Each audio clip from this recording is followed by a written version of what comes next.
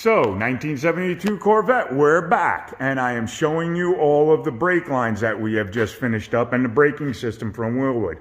So, as you can see, these front brakes were taking all of the black off of the rotors. And if we go to the back, you can see the backs were just barely working, and that was after bedding the front brakes. I still have to bed the rear brakes because, again, they were barely working.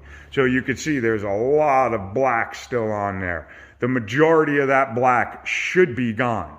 There shouldn't be any of that black left where the pads ride on the rotors. So that's one of the problems. And then, like I was saying, this fitting right here kept weeping.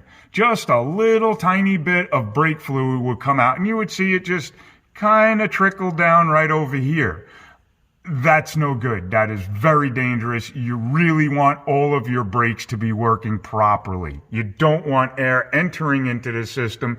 You don't want fluid exiting the system. If either one of those happen or both happen, you will end up with no brakes. And the next problem is whatever's in front of you is what's going to be stopping you.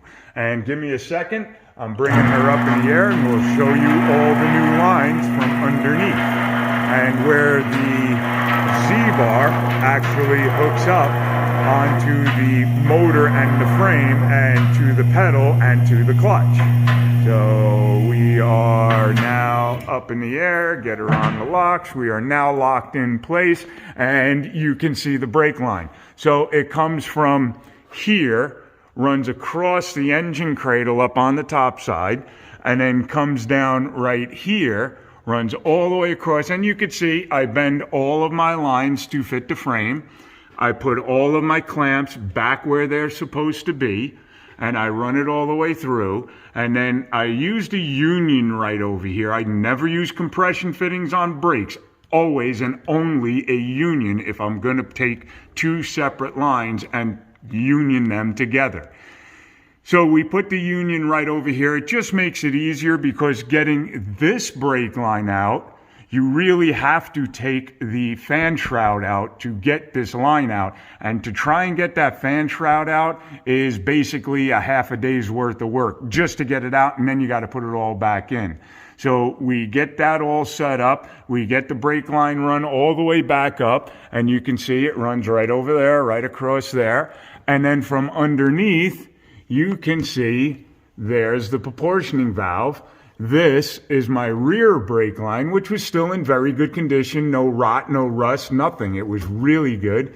So all I ended up doing was cutting it right over there, right where the union is, and then making that little extension with that little S curve in it, and then hooking it up into the proportioning valve. And this right here is the clutch rod. This is the rod that connects to the pedal inside the car. The Z-bar connects to over here.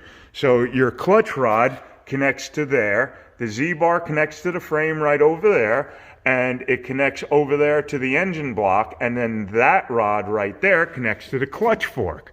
And you can see it here. So it connects to the frame right there and then shoots across here, connects to this ball on the engine block, and then that other bar with the spring on it connects to the clutch fork right over here. So everything's in the way. You have the bolt over here, you have the clutch rod over here, which when you push the clutch rod goes in and out.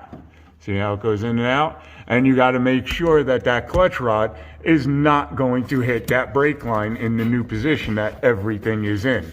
So there you go. There's what's going on. Oh, and